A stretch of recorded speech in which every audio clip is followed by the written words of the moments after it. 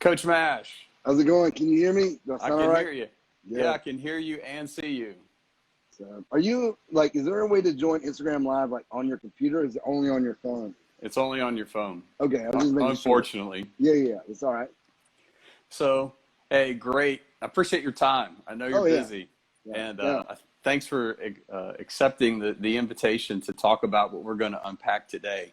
Sure. So, hey, so I did a quick intro for people on the group that joined in real quick, but I'm going to do a kind of a high level, and then I'd like you just to fill in the gaps for those that may not be familiar with your work. So for us that Powerlift and those involved with USA Weightlifting, we know you. We followed you for a while. We've bought the products. We've listened to the podcasts. Really, one of the first weightlifting books that I purchased was Mash Jacked. And I use that. Yeah, I use that in my training. But have been in coaching for a long time. Have a successful gym and business, and coached athletes in a lot of different sports. And so, for those that may not be familiar with you because they're not into powerlifting or weightlifting, just kind of fill in the blanks and tell us a little bit about yourself. Well, I really started. I played football at Appalachian State. It was my first big athletic endeavor, and then from there, I did my senior year. I did powerlifting, and so back then, the IPF was with USPF. It was before USAPL had it, and so I made the junior world team twice back then, and then I didn't go to the first year I made it, but I went the second, and I got a silver medal. This was years ago. It's in Vasa, Finland. And so, wow. It was crazy. It was a fun time. And then I made the change to weightlifting. So I moved to Colorado Springs, and my first coach was Wes Barnett, two-time Olympian and amazing guy. And then a year later, I was invited to the Olympic Training Center to come and be a resident athlete. And so I went there, hung out, fell in love with weightlifting. But then my father, meanwhile, in North Carolina, got sick. And so he had terminal cancer.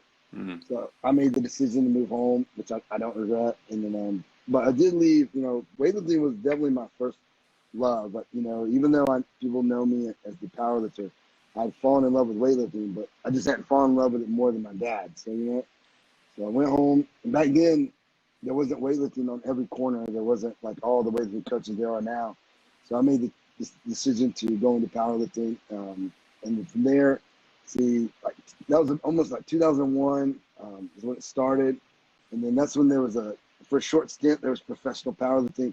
I guess kind of they have it every once in a while now, but we had the WPO that really brought a lot of worlds together. Ed Cohn, what was the guy? He was a USAPL guy that was so good, short guy. He's a world champion, 165. I can't remember his name but he brought a lot of worlds together. He brought the heavyweight from the USAPL. Can't remember his name. Totally, but we were all doing that. And then I was a 3-time world champion in the WPO. So I won 2002, then 4, then 5, and broke Ed Cohn's world record. Anyway, I was coaching around 1997. I started working with just athletes too. So I've worked with volleyball, football, baseball, all of that. Two NFL guys, a few NBA guys, but I'm in the middle of nowhere, so that's good to have just a few of them. And then, but then it was in 2012, I think, was when Muscle Driver USA moved their shop to Charlotte, the Charlotte, North Carolina area, which was, for all that don't know, there was a professional weightlifting team, and I was the coach Pinlay. They had Coach Don McCauley. So one day I just showed up there. I wanted to see what it was like. Coach Finley and I hit it off. He knew who I was, and so one thing leads to another. That's also around the same time I started coaching weightlifters, just on the side. It was just a fun thing. And at a few meets, I helped them. Coach Finley had a stroke in 2013, and then in Utah in 2014, he was still not up to snuff, and so I helped him in the back room. And then the owner of Muscle Driver was watching me live and saw what I was doing. And then that next week, he invited me down and offered me a job. And so that was really the beginning of me, full-time in the weightlifting. And so here we are now. This is, I guess we're 7 years later, and I'm at a university coaching, weightlifting and working on my PhD. So that's, wow. Yeah. Amazing journey. I Crazy. actually recently just watched your video and you talked about how you started your gym. And Yeah, you talked about it was a bad time in my life. A relationship had ended, started another relationship, going through a move, like had no yeah, money. And the yeah, one gym that you got into, I think it was 365 in yeah, that really small town in North Carolina. You had about 400 square feet of space just to start coaching people. yeah, So like super humble beginnings, just grinding it out, yeah, just day in, day out, up at 5, and then training people, going to work, and then training yourself late at night. In my mind, and kind of the reason I wanted to talk to you today, that talks about mentality, right? right. What is the mentality we need in order to achieve our goals, to be successful? I've always been I'm biased, right? Because I'm a Yeah, power lifter too. We're just wired different. We have a different mentality. I know every sport can say that, but I really feel like that's true in powerlifting and weightlifting. We're just wired different, and we have to have a certain mentality to do the grind and put ourselves through those workouts. sure. So, just talk about what do you think, the successful weightlifters and powerlifters that you coached, what was their mentality like? What kind of made them stand apart? It's funny you say that because I was just talking about it with, Sean Rigsby is one of my longtime. He's been my athlete. He was at Muscle Driver, and he's actually now coaching with me at Lenoir Rhyne. See, there he is. And so we were just talking about that very thing about, the mentality, what it takes. There's a mentality that it takes to do the sport at all, and then there's a mentality that it takes to be like a world champion. And I do believe there are people will never be a world champion who had every single tool that they needed to become one, except their brain. And so Wow. that question comes at a really good time because we've been discussing it all day. But like, it takes a person who really likes a systematic approach to whatever they're doing, and so which I think is a very good lead to life. Whatever you're going to do in life, it's going to be successful. There has to be a systematic approach. You got to love that every single day I'm going to get up and I'm going to do these things that's going to lead me to where I want to be. And so it takes someone who can commit to something like that, and they're okay with it because they know if they put in their work and in their time, at the end of it, there's going to be there's going to be a product that's, what they created. But, not very often are you going to find that person. No, so many competing interests. Some people, you think about just life and how life can throw you curveballs from time to time. Yeah. Competing interests impact that life, kind of what you want out of life, your priorities, kind of your values, impact a lot of that. Sure. When you look at, the high performing athletes you worked with that did that well, they had a systematic approach to how they achieve things. They've got to be okay with the system and sort of the methodology to get there. Right. What are some other differentiators you've seen, maybe from like average to good and good to great Okay. athletes? This is a great question. This is what I'm really, interested in right now. So like right now we have one guy that kind of he's like set apart from the rest of the people, and like his approach is so calm. Like every day he comes in, he does not put like expectations of a number. Like he comes in and what he does is he puts expectations on the movement. So he Yeah. comes in and tries to get better at at the movement, and then he's realistic. If he feels good, he might push a little bit more. If he feels bad, he won't. So I tell you, the person who's best at auto regulation seems to be the guy who, when they go to competition, always performs, because he's also the same guy who is absolutely dominating, in all his performances in the last 2 years. So let's go hand in hand, man. The person who comes in and is like driving themselves crazy, who's missing in training, like they're the same people that goes to the competition and they're missing the competition. So Yeah, one of the things that, so with what I do in mental skills coaching, when I get an athlete to focus on what they can control versus what they can't control, right, that starts to be a differentiator. The other thing is getting them kind of out of that results mindset, which is what your athlete is doing, and get them just focused on the process. So right, instead of chasing that max number, let's figure out what our numbers are in training, and let's just have a good training day, whatever that right, may look like. right, If I feel 60%, give me 100% of your 60, and let's right, make adjustments. And getting them to just stay present and just kill the workouts, because then the byproduct of that is the results will come during meet time. I And know. then, that results mindset is a killer. And then always focusing on things we can't control is a killer. Because that's typically where I see a lot of athletes introduce the stress, anxiety, and just the over hyper attention and nervousness. Right. And typically where their focus is at, and it's really a focus thing, is their focus is on things that they can't control and too much of a result. The Right. result informs the process, right? So as I'm working out and training, I'm checking back in with my program, what I want my max to be, but then I'm always coming back to the workout and the process. I mean, look, the workouts are brutal. I've done your hypertrophy workout, Yeah. and you literally are like, okay, I can only focus on this set, and then I can Right. only focus on these reps. Right. And when that's done, I'm like, okay, that's one done. But Right. go back to the next set, go back to the reps, and the really, really exceptional athletes are breaking it down by sets and reps. Totally, Um, man. And they know too, like what I've been trying to do is share what, the homeostasis is really what you're talking about when you're talking about adaptation. Is like the body is always trying to get back to norm. So whether it's super beat up or even if it's super like, hyper not beat up, it's trying to get back to the middle. So like you want to have times where things aren't good, but not too bad. It's just, that's the thing is like, you want to push yourself to where you're not quite fully recovered, even though you're fighting to be, because there's going to be a time where the volume drops and yeah. your body has adapted to this level, and then it's going to overcompensate. And it could, it's just fancy word for supercompensation.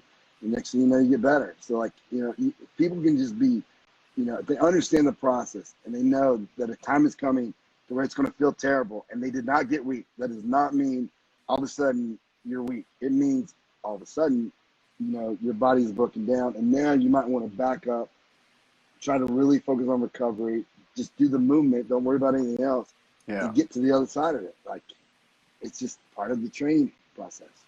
So with your program and working in like recovery weeks where the volume is down, Right. talk about the benefit of that and how that really helps a lifter. Because I've seen people just push, push, push, push, push, No, yeah.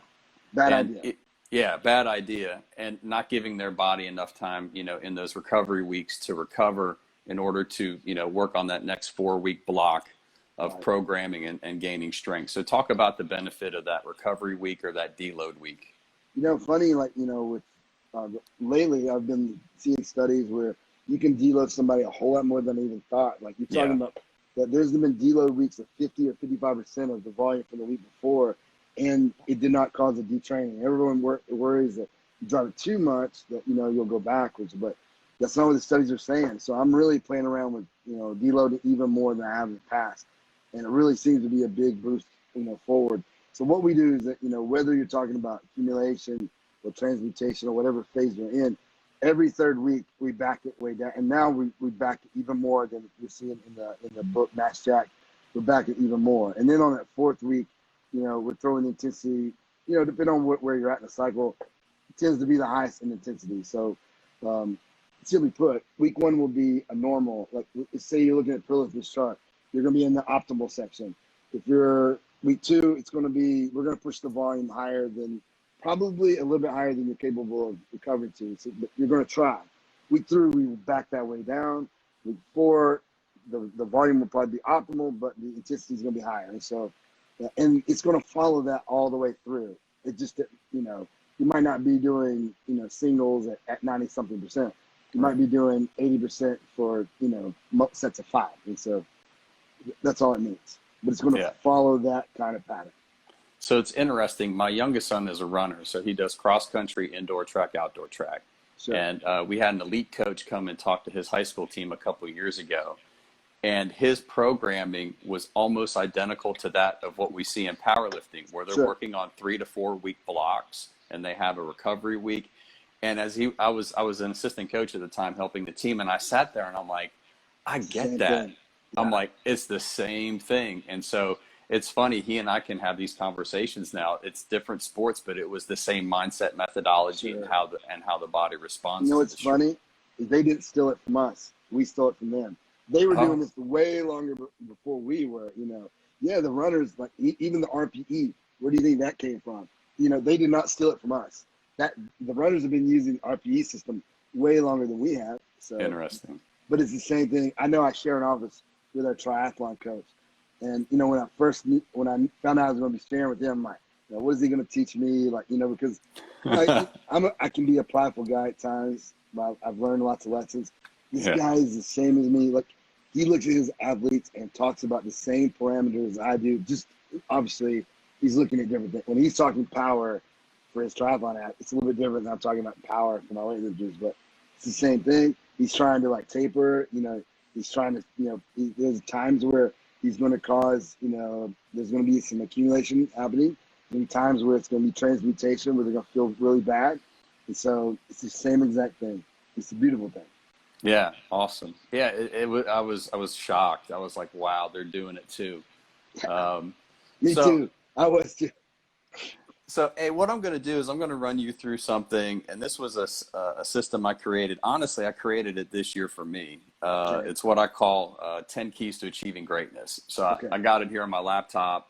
I've posted this a lot on social media. In fact, I did it for my powerlifting just this year. I'm like, okay, what do I need to do in order to achieve what I want to achieve this year?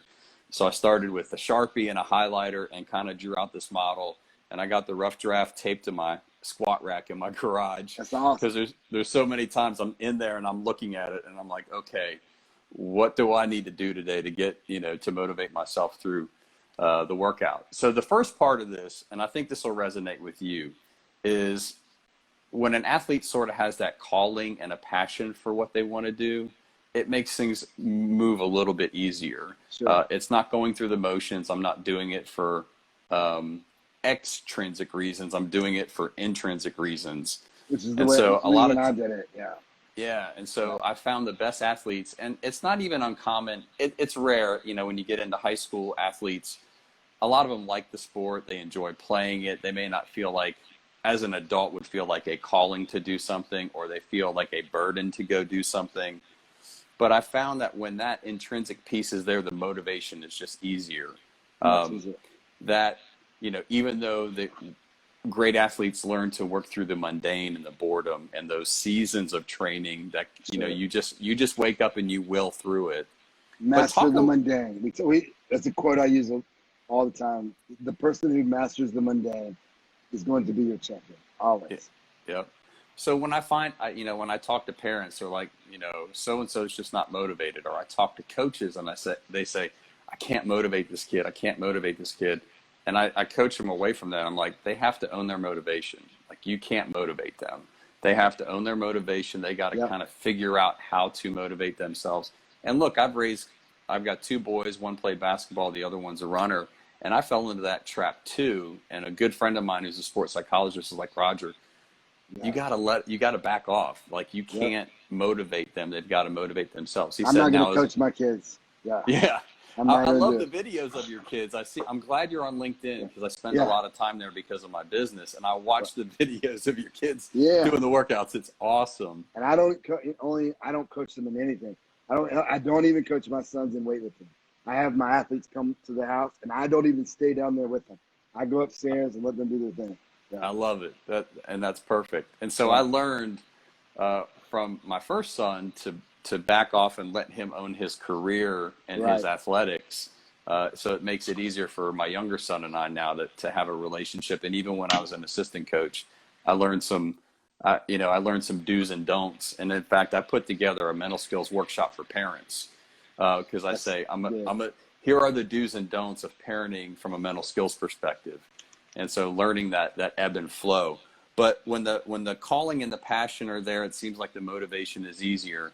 And then, you know, going into achieve what you want to achieve, it just gets a little easier, because when you're not feeling it, quote unquote, you have something to fall back on. So I'm gonna run through some of these, and I want you to just kind of respond to it.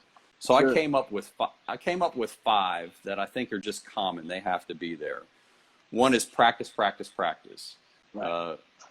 Being smart is another one. Being a student of your sport.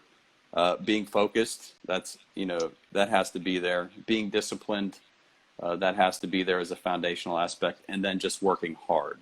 So to me, those were just common, but I want you to, just to comment on that if you don't mind. Yeah, I mean, those are the things you absolutely have to have just to be kind of good. you got to be, disciplined. You got to work very hard. So let's go through them one at a time. Tell me that again. Okay, so practice, practice, practice. Yeah, of course. When people are like talking about, practice is something we're all going to do. So like, when people are saying that's what they did to become a champion, or that's what they're doing to become a champion, I'm like, we do that because we love it. Like, that's not because like I'm doing it to become a world champion. I'm going to, when I was a powerlifter and a weightlifter, I did not go to become a world champion. I went there because that was my place I loved, and so like, yeah, if you're bragging about going to practice, there's a problem because everyone's doing that. It's the mundane things. That's when we get to those will be the differentiator between good and great. But so yeah, practice, practice, practice, totally. So here's the interesting thing on practice. So in the book Outliers that was popularized by Malcolm Gladwell, he talked about the 10,000 hour rule. Yeah. Interesting about that is he wasn't quite right on that. There's some research that came out that talked about the aspect of deliberate practice, which was having a coach and an expert give you real-time feedback. And so that 10,000 hours can actually drop because you're getting coaching, you're getting credible feedback in the moment, and that 10,000 hours to master actually gets shortened. Tiger Woods was infamous for taking golf balls into the rough and jamming them into the ground with his foot and then hitting them with irons out of the rough. And his coach, he had a swing coach. And people were like, why does Tiger Woods have a swing coach? He's one of the best in the world. And his point was, I need to practice, and I practice the hard things. And I do deliberate practice where I get real feedback and coaching in the moment to become the expert that I want. And then it's a big help for sure. Yep. Yeah. So being smart, being a student of your sport, being a student of your process and your training. So being smart. In weightlifting, it's 100% necessary because movement is so important. You can be the strongest, most mobile. You can produce the most force. You can have the best rate of force development. But like if you are not in tune with with your ability to move that barbell through space, you will never be good. So it's definitely important. I think even in powerlifting, I've never met a powerlifter who did not take it, they did not take ownership in the movement. Like I have, now we have weightlifting and powerlifting at Lenoir, and so I have my protege, he's like my son, but JC, he was our first recruit because he's amazing. And so that boy, he takes ownership in a way that even I didn't. And so it's just, that will be it's a big part of being a champion. I think taking ownership in your movement and, with learning the things that work for you and not, it's critical. Yeah. All right. So next one, be focused. Learning how to minimize the distraction and really just stay on task. So focus. That's the hardest part right now. With social media, they're never unplugged, and so like, it's really hard for them to be in the moment.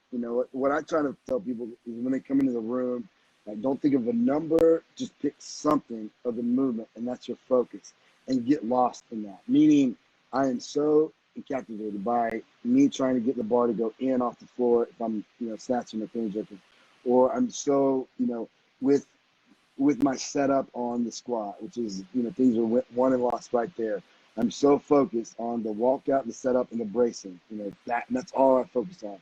And so if someone can be in the moment, and then they can really make big strides, day in and day out, which ends up being week in and week out and month in and month out.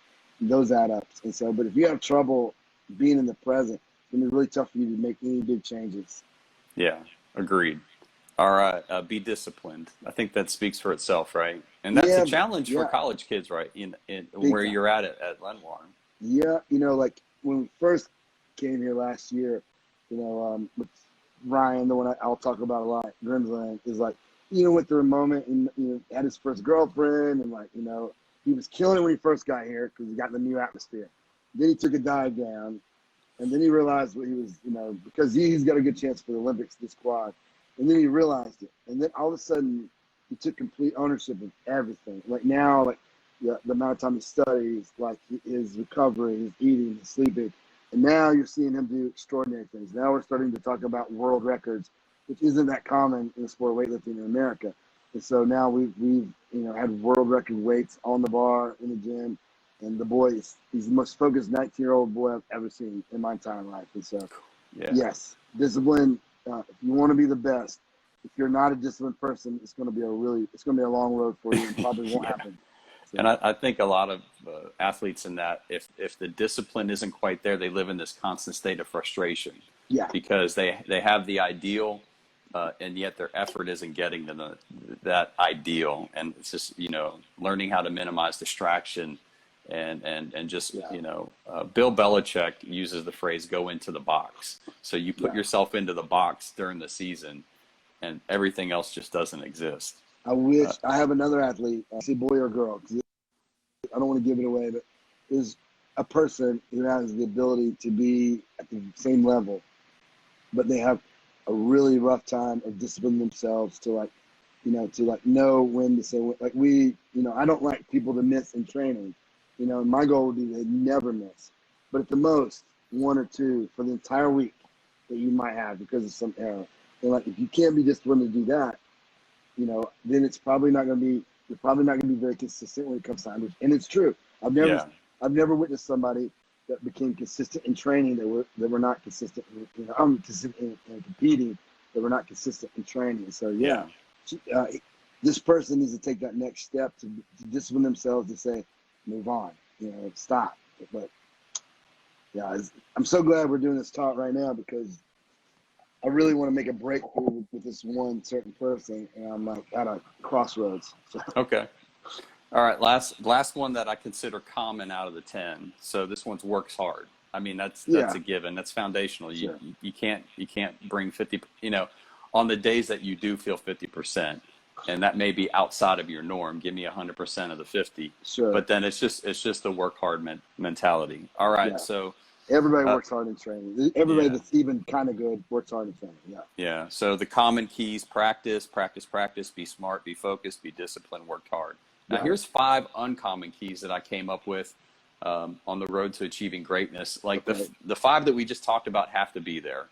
These 5, people can achieve greatness without these, but I think the journey's miserable. So that's more of a Rogerism than anything else. I think if these 5 other things are there on the road to achieving greatness, I think it just makes the journey better. So the first one is have fun and find joy.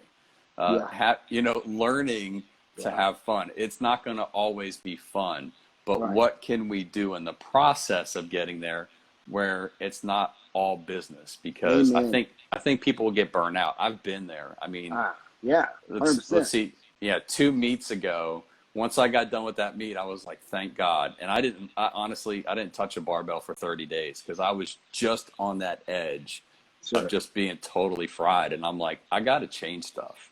I've got to change some things about what I'm doing in order to just find some joy back in the process. So comment on that if you wouldn't mind. That's 100%. Like the person that you see smiling a lot, and we both know there's been studies that show like you're going to recruit more fibers from smiling than frowning. Frowning will actually, right away, you'll recruit less fibers. But if someone's having a good time, they're going to survive the sport. But it's like in weightlifting, man, it's snatch, clean, jerk, squat, repeat day in and day out. At certain points of your career, more than once a day, like you will lose your mind. If you want something monotonous, you've got it, man. Weightlifting is monotonous, but even powerlifting, you're gonna squat, you're gonna bench, you're gonna deadlift, you're gonna press and pull, and you're gonna do the same things over and over and over. Especially if you want to be really good at it. And so, you better be able to find joy in the most bleak moments of time because we all know to get really good, there are going to be bleak moments where you're just like, you hate it. And so, but you find joy with your teammates, joy in the process, joy that you can do the movements.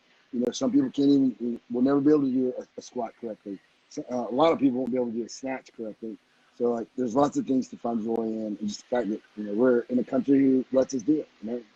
Yeah, I found for those really super intense athletes, and I can pick them out. I'm sort of wired like that. I joke I'm like a recovering perfectionist, and that perfectionism works well and works against me. And I'm learning how to balance that. But when I find those kind of super intense, perfectionistic, really kind of a hyper attention to results, I pull them. I'm like, you've got to go do something fun, and don't be a slave to the schedule. And you've got to learn when you can make adjustments to the training program and the schedule so that you just don't burn out. And I tell coaches, build activities in during the season. Like Yes. my son's cross country coach, right at the very beginning of the season, had like a pool party for the kids. And so they just went over there and just chilled and relaxed and had fun Smart. and learned, team dinners, learning just kind of how to build some of those subtle nuances into the routine Right. goes a long way. Totally And I'll be agree with honest you. with you, I didn't come up with this one. I stole it from Steve Kerr, Golden State Warriors. Oh yeah, This, yeah. this is one of his core values, but I'm like, Or I'm just going or to steal Chicago it. Bull is what I would say when he was with Yeah, Jordan. I He mean, says really, that. right? Yeah. His legacy there too. So another uncommon key is be humble. Yeah. Um, you can achieve greatness and be arrogant and proud, but do you want to be? Right. Learning how to be humble and serve others and think less of yourself and more of others, and having a genuine humility about your ability, being a good teammate, developing a good culture. But we don't talk about it a lot, right? When This is a people are good like, question, and I can't wait to. I'm curious. I have an interesting insight on this. This is a great point. yeah, so go ahead and roll with that. Like, here's my question. First is like, can someone become a world champion without an extreme amount of confidence? And if they have that extreme amount of confidence, can you have it, and still be humble? I sure hope so. I will say this, in my experience, most world champions were what some might consider arrogant, but I hate that. I'm like, I even look back at my time as a world champion, and like, I would not want my wife or my children around that guy. And so part of me still wanting to be a coach is this, is I want to believe that I can help someone to, get even better than I was, become a world champion, but yet, along the way, and once they're there, that their biggest goal is to inspire and help other people. Right. Like, I gotta believe that that's possible. Otherwise, then I might never coach again, because like, if your goal is to create world champions, and if we're saying that to be a world champion, they have to be this selfish, arrogant. You'll even hear coaches say that. But you need to be selfish. You need to put yourself first, and, before anything else. If that's true, then I don't want to be a coach anymore. I'll be honest. I want to make better human beings, or else I'll go do something else where I can. So Yeah, I agree 100%. And the biggest a trap I find athletes that will fall into is their sports, their identity, yeah, and learning that's and where I helping was. them Yeah. separate to say, look, your sport's not your identity. Just a part. You're a son, you're a brother, you're a sister, you're a daughter, a child of God. A There's teammate, more a student. things Yeah. in terms of your identity than your Right. sport, your student or employee. Fill in the blank, but that identity, when they can kind of get stripped away from sport and identity, that starts to bring in the humility piece where Sure. where they can just be okay with that. And But I if they always are tell, a child of God, if they do believe that, right, I would love to think that they would, if that becomes your identity, I think everything we're talking about kind of follows suit. it This just is falls in what I've place, done. right? Right. Yeah, That's what I've experienced in my own life. Yes. yep, agreed. Here's one, and I've posted this on my social media, and I've put all these keys out there. This one got the most heat, and I Mm. got the most response on it. Be greater than your pain. All right. As a key to achieving greatness. And here's what Right. I mean by that. And we've Yeah. already kind of scratched the surface. There's a difference between being hurt and injured. Learning Right. to just press through when it's appropriate. Oh Uh, yeah. Yeah. Persevering through those tough Yeah. workouts. We endure a lot of emotional stress in this sport. The Yeah. mental stress, the physical toll it takes. But just the great ones, the infamous story of like Michael Jordan, that we thought it was the flu, Yeah. it really was food poisoning from a bad pizza that was delivered to But him out in still, Utah. can you imagine? Yeah. Learning, playing when you have the flu, playing, working through when you're sick or just when you're hurt, not necessarily injured, Right. but learning to just kind of rise above those physical challenges where the great ones just figure out how to do it. Others hit Right. that and they back away. So Crushes them. Sure. being greater than your pain, how does that Right. resonate with you? Oh, I mean, the funny thing is, it's tough as a coach to know, as to teaching them. You got to be very careful, because somebody Yeah. comes to me and they're like, my knees hurt, and I'm like, do they feel better? when you warm up. Oh yeah, they're fine once I warm up. And so to me inside, immediately I'm thinking, well, you're okay. What do what do you expect? We do in weightlifting, we do a type of squat every single day. Mm-hmm. 5, 7 times, sometimes 12 times per week. So of course, with overuse, there's going to be some, there's going to be tendonitis. It's just going to happen. It's overuse, and so that's. But like, what happens? The fine line between me saying that and then all of a sudden now it's a tendon fray, or it's or maybe if you read anything from Dr. Keith Barr, what if it's their tendons are super tight and their quads aren't ready for that? You're gonna get a tendon, so like the fine line.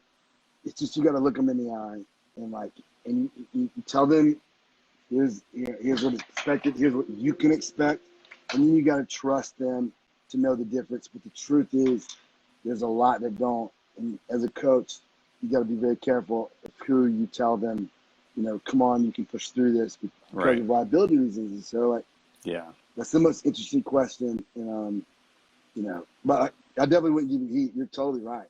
You're just saying it. Nobody else is going to say that. But it's true. You show me a world champion that did not work through some pain, and I'll kiss your tail. It does not exist. It does not exist. I mean, the pain I worked through when I was at the tip top, because here's the thing, when you're at the tip top of your game, you're also borderline going to be hurt at any moment. And that's just the way it goes, man. That is life. And that's you pushing your body's genetic capabilities to the very end. So, Okay. there you go. Hey, so the camera froze or the feed froze, but you said when you're at the tip top of your game, fill in that blank again. Oh, what I was saying is when you're at the tip top of your game, like you're also at the tip top of being hurt at any moment. Yeah. That's just what happens when you push your genetic capability to the end. And so, like, that was me. Like, every powerlifter, most powerlifters or weightlifters end on an injury because we keep going until the body says stop. Yeah. And so I don't know many people who stopped before that. It's just we keep going. We think one more. I know with me, I had a big number. I wanted to total 2,600. And it didn't happen. Like, injury came first, and so that's all right. That's what happens. Okay, next one, uncommon key for achieving greatness, endurance and perseverance. It almost could be a common key because I just haven't met anybody that, unless they learned to persevere in the moment and then endure the journey, really didn't get anywhere. Yeah. Yes. And I think that can be tied back to when you really are crystal clear on your calling and your purpose and why you do what you do. It just makes it makes it easier at times, but when the difficult times happen, then it's just you can push through it. Right. No, I'm with you. Perseverance, I think, is a common trait that you have to have. I think that's why it makes a good sport for youth, is because it teaches the youth to to have those traits. And like in life, requires perseverance. I'm going to go outside. These guys are about to. My triathlon coach is about to coach in here. But okay. I'll walk it outside. So, but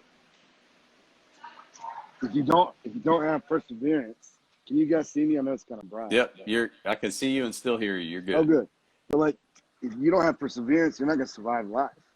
Forget about like powerlifting or weightlifting. You're not gonna survive life. So that's why I love it for kids. At-risk kids. Kids in general, youth in general, is like they gotta learn to persevere.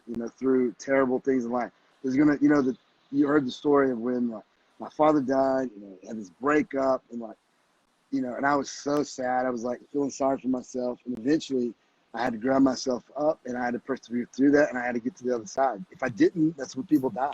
That's when people, end it, they shoot themselves or whatever. It's because they don't know how to persevere. And so it's an important part of what we're teaching the kids as coaches. So. Right. Yeah, because it's with the mental skills coaching, you quickly see how this ties to life, and it's not just to make you a better football player or power lifter; it's to make you a better human being. It better be a better brother, a better son, a better husband, daughter, wife. Fill in the blank, whatever label you want to put there. All right, so here's the last one on the uncommon keys, and I think this is important. I call it get relational support. And here's what I mean by that. You got to have a team around you in order to help you get to where you want to go. And I use the analogy of a UFC fighter. They have a corner and they have a team around them. You've got somebody that's, coaching them on wrestling and jiu-jitsu. You've got a strike coach. a nutrition coach, strength and conditioning coach, a Hydration lot. coach now is Yeah. a new thing that they have. Yeah. Yeah, and then a lot of UFC fighters are bringing in guys like me and the people that we do, the field that we're in with mental skills coaching. A lot of fighters are starting to bring in the performance coaches from a mental perspective to help them, with meet, how to get ready for the fight, the Right. training, and just handle all the stresses that come with that. So talk about that, kind of having a corner, lack of better words, Right. around you to get you to where you need to be. Right. Well, I'm going to be the first to be an advocate for the guys like you. I believe, and I don't believe, I know. Like, here's the thing. I'll give you some facts to back up what I'm saying. In 2019, I was in Guatemala at the Pan American Championships. And I had some time. And so I decided to go around to the people who always seem to, do well in their meets, who are breaking the records, who are going 6 for 6. That's weightlifting 6 for 6, 9 for 9 in powerlifting. And the common trait I found amongst the people who were doing the best was just, this ability to relax in the moment, this ability to, for lack of better words, to understand how to get into the zone. Like, Yeah. that was the common thing. You just look at the way they breathe. Someone who is scared, they're going to have erratic breathing. Mm-hmm. You're going to see their shoulders rising, and they're not going to be a consistent athlete. You watch somebody who is very calm in the moment, they're relaxed, they're breathing normal, that's going to be the guy or gal who always wins. And so if I were an athlete and I did not have that ability to relax during competitions and to just, to be present and in the moment and, and like relax, I would find someone like you, step one. I think it doesn't matter who they can have me or whoever they want as a coach. It will not matter until they're able to, come to terms with competition. And so you would be my first, go-to if I'm an athlete again. Yeah. So, I tell yeah, all athletes that I coach, I say the number one underrated skill that you guys need to possess is breathing. And all of them look at me like, you're crazy. No, you're and I'm dead like, on. and there's a video that went viral of LeBron James when he was with the Heat. He was in semifinal round, game 6. They had to win that game to go to the final, which they did, and they won the championship. He comes off the court at a key moment in the game, late fourth quarter, and he just sits down and he just closes his eyes and starts taking long, slow, deep breaths. Sure. Yes. And when I tell people, breathing is the most underrated skill that you guys are going to need to stay present, to fight, to ward off that fight or flight reflex, and to allow the brain. Get rid of sympathetic nervous system, man. Yeah, to get that brain to just relax, so all your training and muscle memory comes through. And they're like, Coach K, you're crazy. That doesn't work. And then I show them the LeBron James film or the video, and they go, I guess if it works for LeBron James, it'll work for me. And I'm like, but the athletes that master that relaxation, to stay present, to shut their brain off, you're right. It's because they're going from what they can control. They're moving from an uncontrollable to a controllable. Right. And when you're just breathing, that's the only thing your brain can focus on, and it relaxes that system in your body. And it's a very natural thing for me as an athlete to be able. I would the minute I realized. And I didn't look at it as something it wasn't. I just thought they were a bunch of dudes who love to lift weights, hanging out. Whether it's the World Championships or whether it's a local meet, we're just a bunch of dudes lifting weights. And then I started having a good time and getting to know my competition and really looking at it as like a camp, not a World Championships. Yeah. As soon as I started chilling out like that, I started winning. And then I couldn't be at that point. Yeah. The way I approach all the meets that I go to is I'm going to lift with my friends. Right. Right. And when you look at it as I'm going to live with my friends and have a training session, in a few weeks, some USPA has their drug tested North Americans at Orange Beach here in Alabama. It's the first time our state is hosting it. So it's a big deal for us in Alabama. And, I tell all athletes, all games are the same. All events are the same. You treat your preparation the same as for an exhibition, game or a national championship. That's right. Approach it the same. So, I have been intentional about saying, this is not a big meet. I'm just going to compete with my friends and enjoy the moment. And it's just a training session. Amen. when you can do that and just sort of relax, for football fans, Nick Saban popularized and coined it the process. He's Right. not interested in wins or losses. He's not interested in points scored, championships won. He just wants his football players to win the 60 seconds that's in front of them. You take it play by play, down by down. Win the 60 seconds, reset, win 60 seconds, and then everything just kind of Totally right. works itself out. Right. So as we get to the end of this, I know you're busy, you got a practice going on. I'd really like you to talk about just how you connected with Lenoir Rhyne, the university there, and got involved with coaching the weightlifting and powerlifting teams there. Say it again. I'm sorry. I was looking at one of the comments. Anders Varna is on Barbell Shrug is my co-host. He said, "Who is the most jacked?" He meant to say host on Barbell Shrug. We all know it's me, Anders. But anyway, he distracted me. What was that question again? That's fine. Talk about how you got hooked up with the university, Lenoir Rhyne, to be the coach there for weightlifting and powerlifting. Yeah, well, in 2014, I wrote an article about it. About I wanted the end of my career to be, I want to start a university program. It's successful. My goal is to have. I would love it to be a full scholarship program, both weightlifting and powerlifting, which we're close, and so my goal would be to have 5 boys, 5 girls in weightlifting, 5 boys, 5 girls in powerlifting, a full scholarship program. And so we're on our way. We started. I met one of the professors here who we graduated from Appalachia together, and he got me an interview with the athletic director. And so I went there, I made a presentation, and created it. So I did not wait for it to come to me. So No, I love it. In fact, my alma mater, I'm a Northeast guy. Born outside D.C., grew up in central Pennsylvania in a small town outside Harrisburg. yeah, So I went to a small D2 school, Kutztown University. If anybody heard of it, I usually give them $1 because nobody's heard of Kutztown Right. University. Right. But they won 2 national championships in powerlifting, 1981 and 82. Right. And when I was there in the late 80s, early 90s, the team had dissolved and wasn't there anymore. And so I found a local gym out in the Harrisburg area where I trained out of, and that's where I got introduced to powerlifting. I was just average at other sports, but I always liked to weightlift.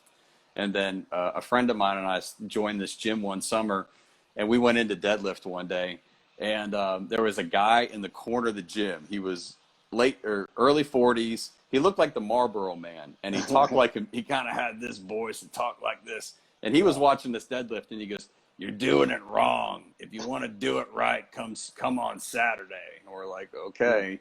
And so there was just a bunch of powerlifters in the gym, and that was my first entrance into powerlifting, and I fell in love with the sport. Me too. Yeah, me too. And then like life hits. I graduate college. Always worked out. Did CrossFit even for a while, but then like 24 years removed from that last meet I did in like 1992, I got back into powerlifting and started competing again. And have been doing it. I think this is either year 6 or 7 from when I got back into it again. Right. But yeah, humble beginnings in a gym that was just a concrete warehouse, roll-up door, no AC, just heat for the winter, and that was pretty much it. But that's kind of where it all started. So yeah, it was times. I mean, when I was young, having a rougher childhood, like it was just the one place that I could go, and I knew this. If I put in the work, there would be a result. Whereas, like, it's not like that in life all the time. You could put in, you could be in a relationship, put in all the work, and it doesn't work out because the other person doesn't, they don't share the same feelings. And so, but it was the one place I could go where I had some type of like norm. And so it was, I hate to say that it definitely didn't replace God for me, but it definitely kept me somewhat sane in the moment before I come to know God. So Yeah. Oh, I get it. My workouts are kind of my therapy for the day because my wife and I were just having that conversation today because I said it's the one time where it's just me, and when I'm done training, then I've got to be a husband and an employee for the company I work for, and I've got to be a father. But in training, it's just Roger and the barbell, and beautiful. Nothing else exists, and that's kind of my therapy. It kind of keeps my sanity. So I appreciate that. Do you do any online, like mental preparation coaching? Yeah, I work with several colleges right now. I transitioned from football, and now I'm working with basketball teams. Right. And so I do a lot through Zoom, and then where I can, I like to come on site. So yeah, Oh, I definitely do either in person or virtual. wow. It would be interesting. There's definitely several on my team right now who I've identified as like could be really good if they figure out how to be present and relaxed and breathing. If they Yeah. could. And so, do you normally work with teams in groups or like one on one, or what do you do? I do both. I do one-on-one client work, so Right. typically a coach or a parent will reach out to me and want me to work with, their son or daughter. Yeah. And then I work with teams. I'm like part of their staff, like a coach. So I'm flexible in that approach. Like Oh, right now, I'm working with one-on-one with a cross-country runner and a baseball player. But then I have teams that I work with. So yeah, flexible in those areas. maybe we'll talk. I definitely have some people I can send you, but I would love to talk to you about, seeing what it would look like to be with that team. That'd be awesome. Okay. Yeah. Well, Yeah. I'll when we wrap up the call, I'll reach out to you in like a day or two, and we'll figure out a time to meet. How's that sound? Sounds good, man. Yeah. All right, Coach Mash. Thank you so much. Yes. I know the people in my network and that follow me appreciated this today. It was a great conversation. Again, appreciate your time and accepting the invitation. I enjoyed it. So thank Anytime. you. Thanks for having me. All right. Have a All great right. day. Thank you. Bye-bye. Bye.